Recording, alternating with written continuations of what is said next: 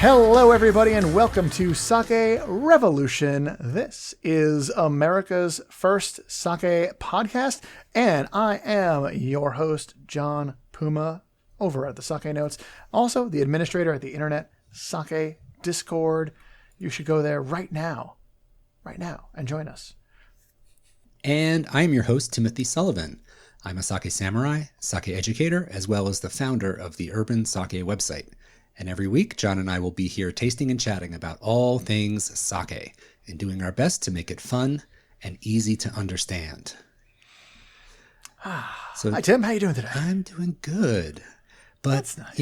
I've been a little tired and I really feel like I need a vacation. Do you even remember your last vacation? I can't. Well, I do. Actually, when was the last time you went on vacation? I think it was Thanksgiving. I went to Nantucket, and it was freezing cold. It couldn't have been more off-season. So it wasn't what I would consider like... I think of more tropical breezes when I think of vacation. Well, sir, around the same time, it was mid-November, I went down to Hawaii. Oh, now, or is it over to Hawaii? It's over and down. Unlike your trip to Nantucket, the weather was beautiful. It was wonderful. Rub it in. A great time. But yeah, it was a really quiet, relaxing time. I think we talked about it a little bit when I got back. But what made you pick Hawaii? Like, why did you go there? It's really far away. Well, I can't go to Japan, Tim. That makes sense, so yeah. I went as far as I could in that direction and just said, all right, this is as far as I can go. I'm going to stop there. As close as you can get. But seriously, we went there for a couple of reasons. One, we felt that like we never did a tropical thing before. Two, obviously we can't go to Japan. And three, the island of Oahu has a very strong Japanese presence, or so we were told. And then when we got there, it turned out to be very true. Yep.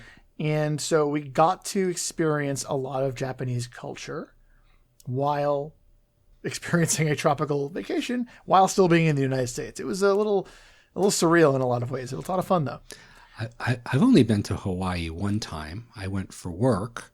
And the thing that I took away from my trip to Hawaii is that all those things about Hawaiian culture, like the music and wearing Hawaiian shirts and all that stuff, I thought maybe it's like a little bit just in the movies and it's not really like that when you get there. But no, like I got into a cab to go from the airport to my hotel and my cab driver was wearing a Hawaiian shirt and playing Hawaiian music. And I'm like, wow, it's really like this here. So it was a pleasant culture shock for me. Nice. Now, did you go native and wear a Hawaiian shirt? I didn't. No? I didn't have the gumption to do that. Well, I did. Oh, I bet. And it wasn't like I was like, I'm dying to wear Hawaiian shirts. It's just that my wife was dying to see me wear Hawaiian shirts. She bought me like 6. Well, there you go. So I did wear the Hawaiian shirt down there. It was, honestly, you put on that shirt, you kind of relax. Yeah, it happened. You can't help it. You automatically, your stress levels reduce. It's like you got buff. It's very nice. And yeah, like I mentioned, that we did have a lot of sake while we were there, which was a very refreshing idea to be in a tropical place and having a lot of sake.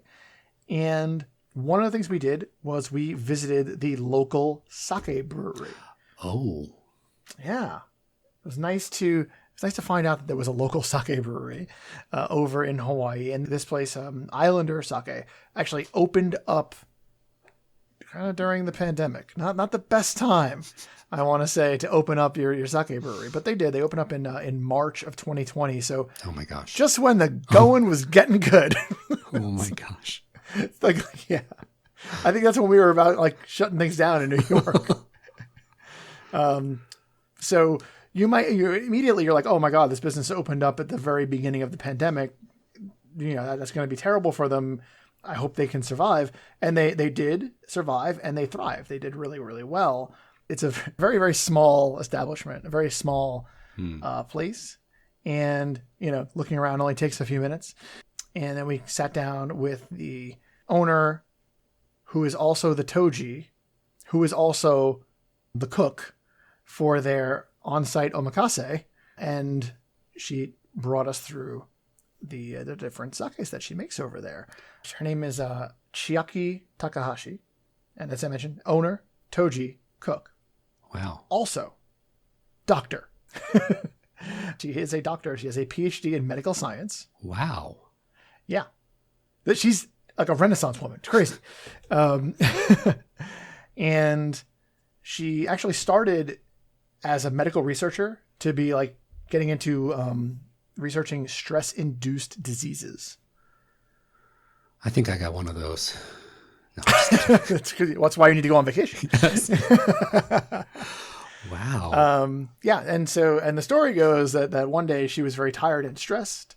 She drank some sake to escape her own stress. Sounds familiar. And was like, wait a minute. I'm going to change my job from stress disease to liquor research. Oh my God, I love this woman. Yeah. And so she became a researcher for the National Research Institute of Brewing in Hiroshima. Oh my God, that's amazing. Yeah. She did that for 4 years and then and then during that time, like kind of went to Hawaii a bunch and kind of fell in love with Hawaii. As one does. And just like, and came over here and opened a sake brewery. And wow. Yeah. Now, my understanding, and I'm a little less knowledgeable about this. My understanding is that this was not the first sake brewery that's ever existed in Hawaii. Well, I know a little bit about the history of sake in Hawaii, and it is much longer than you would think. Oh. No one, I don't know if it's exactly determined where the very first sake brewery was on U.S. soil. Some people say California, but we know the first sake brewery in Hawaii was the Honolulu Sake Brewery, which opened in 1908 and closed. Wait, I'm sorry. You didn't. 1908? 1908. Wow. And closed 81 years later in 1989. Oh, wow. Yeah. Look at you. Look at you dropping these... dropping this knowledge. All right. So the amazing thing about Honolulu Sake Brewery was that it survived not only Prohibition, but also the Japanese internments of World War II.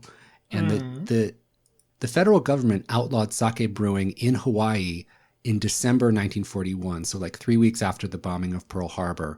So that put the kibosh on sake making. And I read that this sake brewery survived by making soy sauce. Soy sauce. I guess that's one way to do it. Yeah. And another thing is they pioneered cold sake brewing because of the tropical conditions in Hawaii.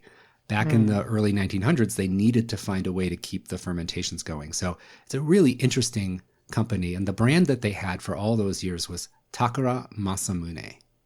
Takara Masamune. That's a very Japanese sounding brand. I think there were a lot of Japanese people working in Hawaii, and there was demand for sake through the people who left Japan, came to Hawaii to work in the sugarcane fields and things like that. And Takara Masamune was produced locally and popular for quite a while, but it did close down completely in 1989. And until Islander came along, there was no sake being brewed in Hawaii.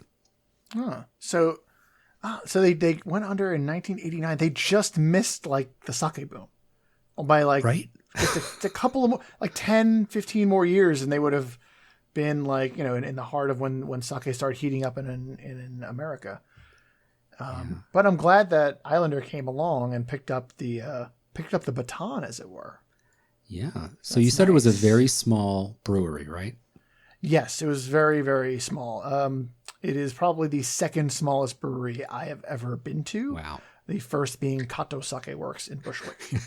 We had Shinobu Kato on the show, and he talked about how tiny the brewery is.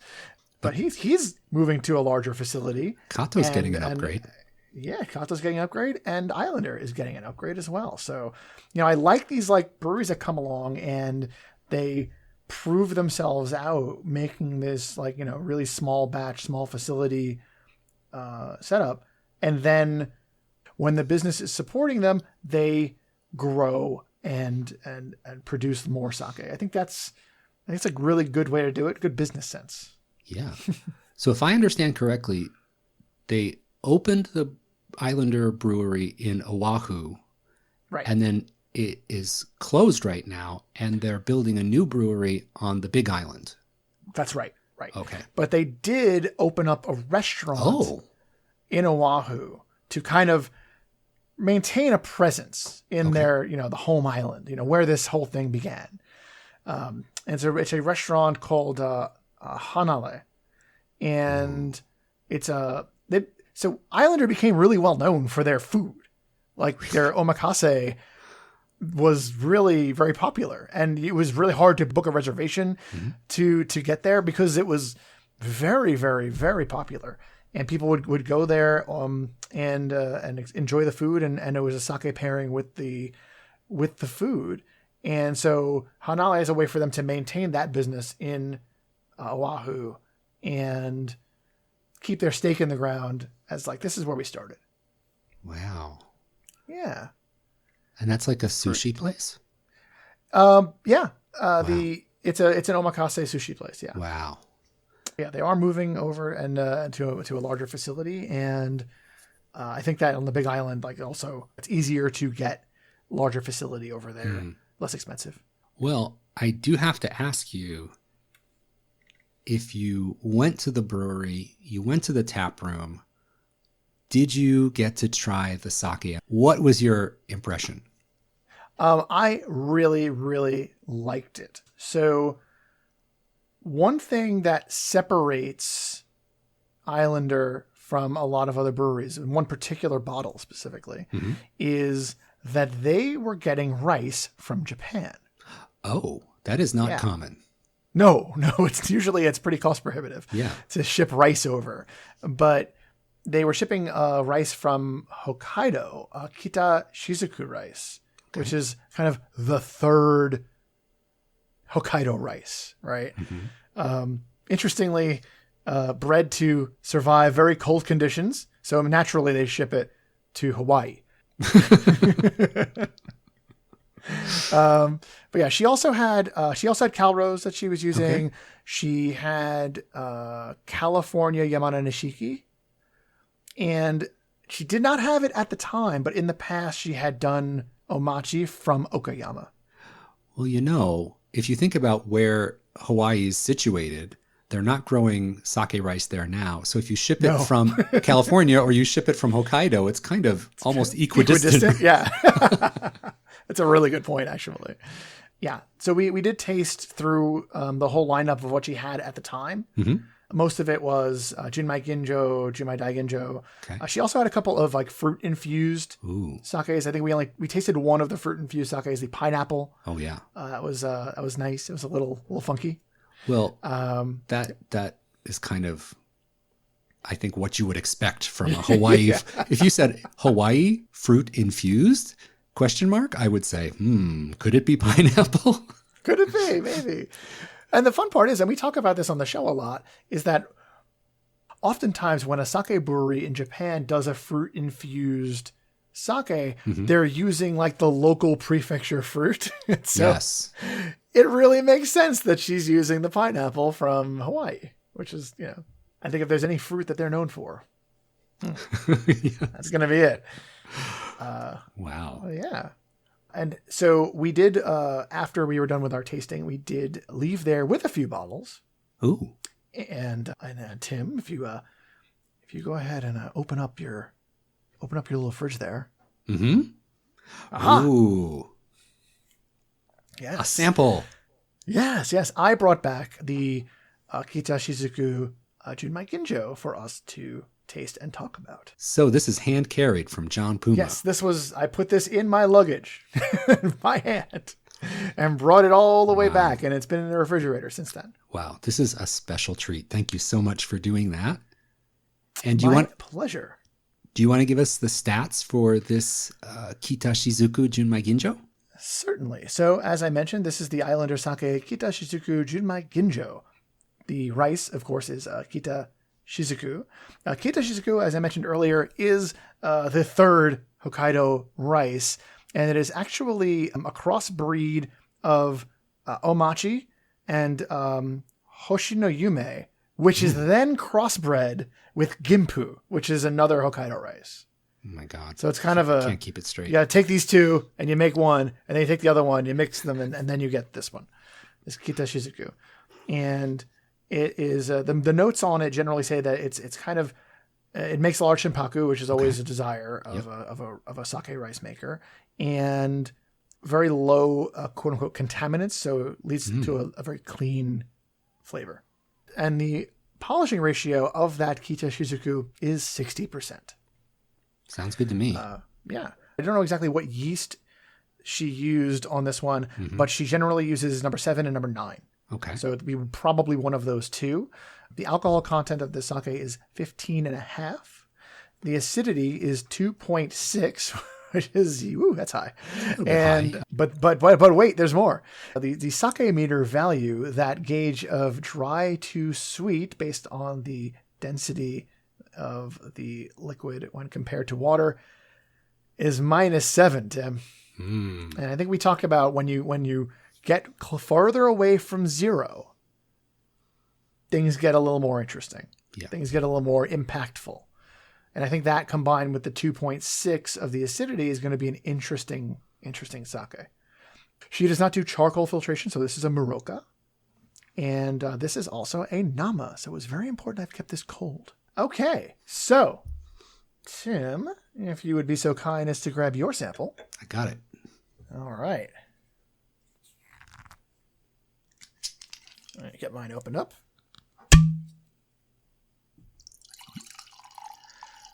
So Islander uses these very thin, very tall bottles. They remind me a little bit of like Riesling bottles. I don't know if you're familiar. Yeah. And they have these, like, the cork is actually a piece of glass with like a rubberized interior. And it's very kind of very fancy looking. I like that.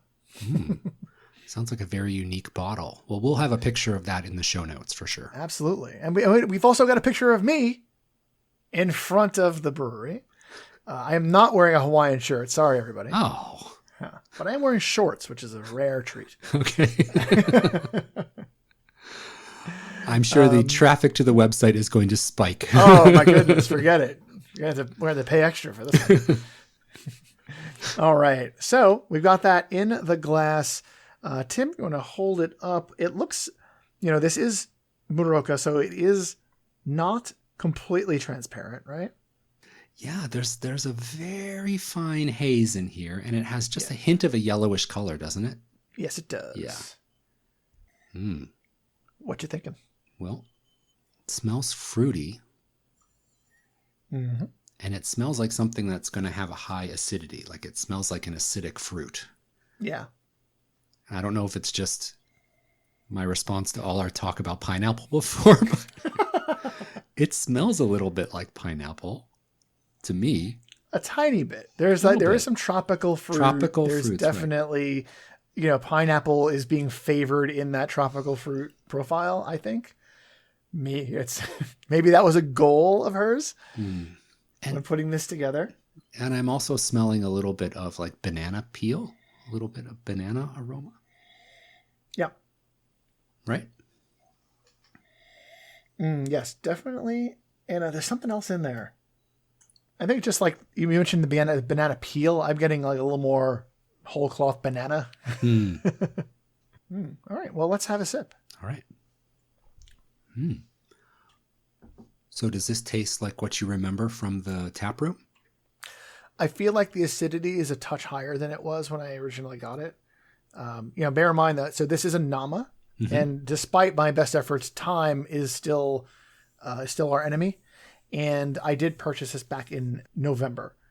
And I do think the acidity is a touch higher, but a lot of the personality of the sake that I remember is still what I'm tasting right now. I agree with you that the acidity is really prominent. Like that 2.6, you can really taste that coming through. Yes. And if I do let it linger on my palate, kind of like when you first put it in your mouth, you get that acidity hit. If you let it linger, the fruit really starts to come through. It's kind of like hiding behind the acidity right now. Yeah. And that's a lot more of what this sake tasted like a while back. Yeah. Now that I'm studying it a little bit, I really feel like the fruits feel concentrated. And I'm thinking of, when you get a thing of canned pineapple and there's that syrup in there, like that syrup that comes with canned pineapple, it's sweet and rich and full. And when I let this linger on my palate, I get that pineapple-y syrup kind of taste. Yeah. But the acidity is high. Right. So it doesn't taste overly sweet. Yeah. And I think like 2.6 and then, -7 is a very interesting combination. A little bit more, a little bit funky or crazy style, maybe. Interestingly, though, this was not Michelle's favorite one of the sakes we tasted. Oh. Hers was the Yamanashiki Junmai Ginjo, which you'd think would be mine, right? You would think that would be the one that I fell in love with, but I actually really enjoyed this one the most. And, I like that. I like that little acidity spike, and I really like that concentrated fruit with that richness that you talked about. It's really nice. I like the sip on this, and I think this goes really well with food as well. It's really nice stuff. Yeah. You know what this makes me think about is really terroir in sake. We've talked about this a few times on the show, like the sense of place in the sake. Can you taste, is this representative of where it comes from through the taste? And I think this is an interesting example to kind of bring up that discussion again. If you know it comes from Hawaii, and I'm kind of picturing myself on the beach in my Hawaiian shirt, relaxing with a wine glass of this, watching the sunset and seeing the palm trees sway, you really get a sense of how this puzzle piece fits into that scene. Like this tastes like it could come from the Hawaii you described. It really has that sense to it. Am I crazy? Probably not. And the funny thing is that like in Oahu, at least, Mai Tais are like water. They're very easy to get.